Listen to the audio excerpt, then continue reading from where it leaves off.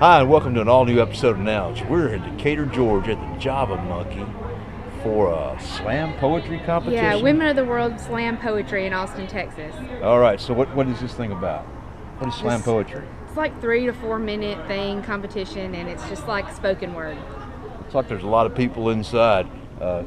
Think I should sign up? Probably not. It's women only. Roses are red, violets are blue. This episode of Nouns is going to be really cool. But anyway, and if you are a woman, you're welcome to sign up, but you have to prepare a 1 minute or less poem, 2 minute or less poem, 3 minute or less poem, and a 4 minute or less poem. There'll be 4 rounds.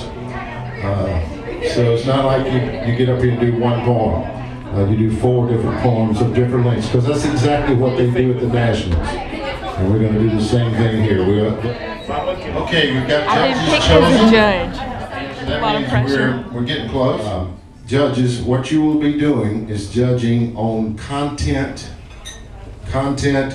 and performance, but not 2 different scores. Those are the qualifications you're looking for, and originality, but it's hard to tell what's original if you haven't been to every slam in the country. But you can tell when something's kind of very unique. But the 2 main categories are performance and content, and content covers originality. You will give a score between 0 and 10 with a decimal point, 6.8, 3.1, 9.7, something like that. The reason we have decimal points is to help break ties. Also, we encourage the audience to try to influence the judges between the performances, and they should be totally quiet during the performances, and all cell phones should be turned off.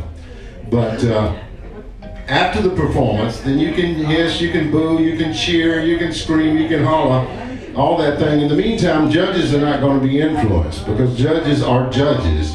If you're going to give everybody a score between 9.5 and 10, you're not judging, and that won't do us any good. Here comes the judge. Here comes the judge.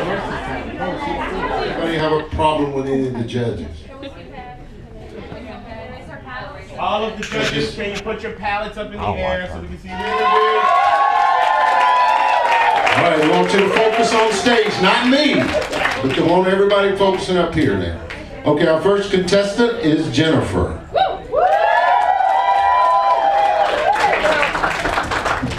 How he appears out of the shadows, unnoticed by all. How he started plotting in the darkness when his chance was small.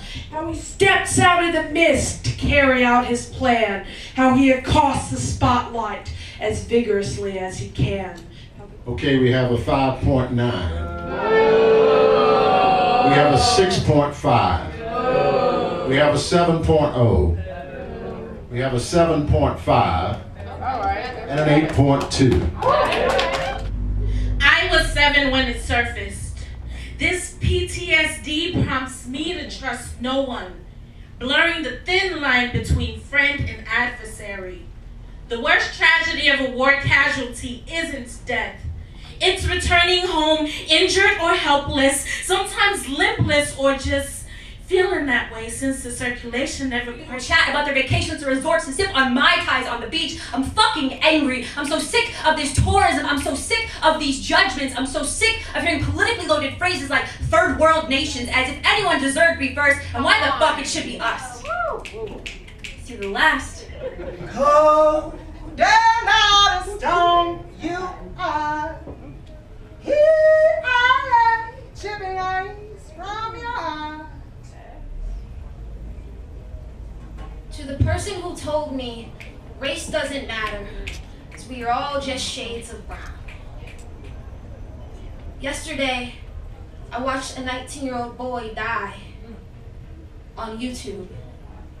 I watched the boy get shot in the back by the police. The video was nearly 3 minutes long. At your walk of shame, we'll be there.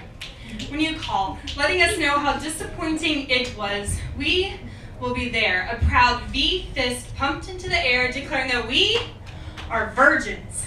That's right, virgins. And while I know you're all dying to join me in a chant, I can't. See, I'm busy representing the virgin movement. We're gonna call it Occupy your own bed. When Lazarus fell sick, Mary and Martha ran to Jesus to tell them the news. I imagine they were looking for a miracle. And Jesus, in his infinite wisdom, sat still and sent them back to Bethany.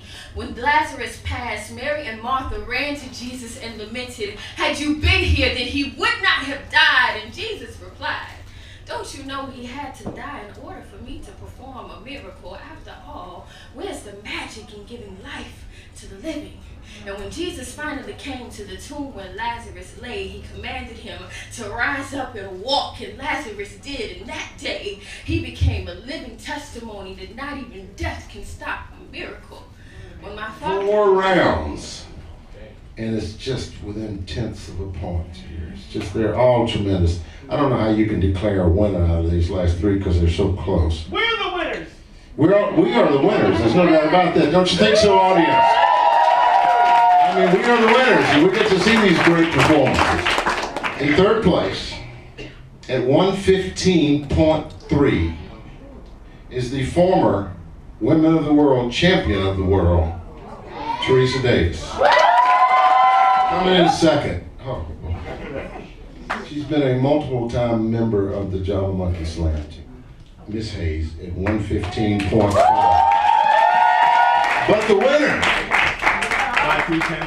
by 2/10 of a point, is none other than Shala.